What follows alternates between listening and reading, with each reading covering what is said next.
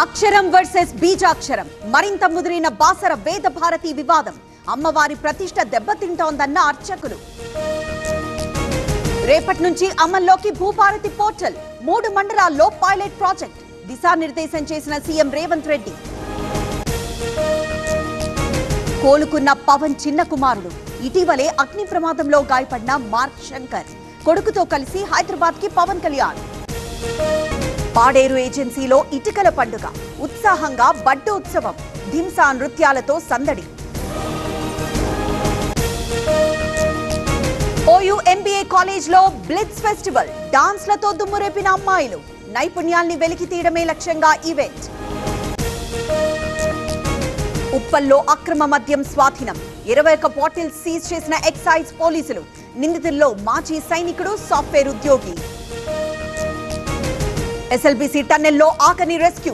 నా బిజినెస్ కి GST notice వచ్చింది. ఇప్పుడు ఏం చేయాలో అర్థం కావట్లేదు. ఇప్పుడే ఒక జిఎస్టీ ఎక్స్పర్ట్ తో మాట్లాడు. ఇప్పటికిప్పుడు జిఎస్టీ ఎక్స్పర్ట్ అంటే ఎక్కడ దొరుకుతారు? బాస్ వాలా బీ ద బాస్.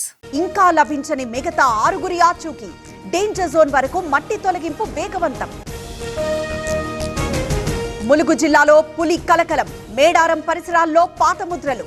జాడ కోసం వెతుకుతున్న అటవీ అధికారులు. గాలికి కొట్టుకుపోయిన లైటింగ్ బోర్డ్. అనకాపల్లి నూకాంబికా జాతరలో ఘటన. భారీ వర్షంతో పాటు పెనుగాలులు. తెలుగు రాష్ట్రాల్లో మండుతున్న ఎండలు. పలు చోట్ల 41 డిగ్రీలకు పైగా ఉష్ణోగ్రతలు. తెలంగాణలో 6 జిల్లాలకు ఆరెంజ్ అలర్ట్.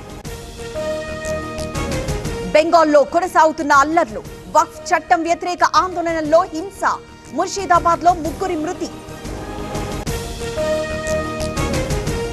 ఢిల్లీలో సైక్లింగ్ ర్యాలీ. పాల్గొన్న రష్యా, ఇండియా వాసులు. 1941 యుద్ధ విజయానికి గుర్తుగా ఈవెంట్.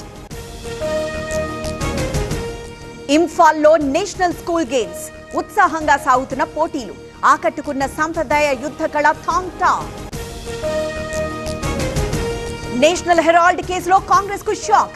661 కోట్ల ఆస్తుల స్వాధీనానికి ఈడీ నోటీసులు. ఢిల్లీ, ముంబై, లక్నోలో జప్తుకు చర్యలు.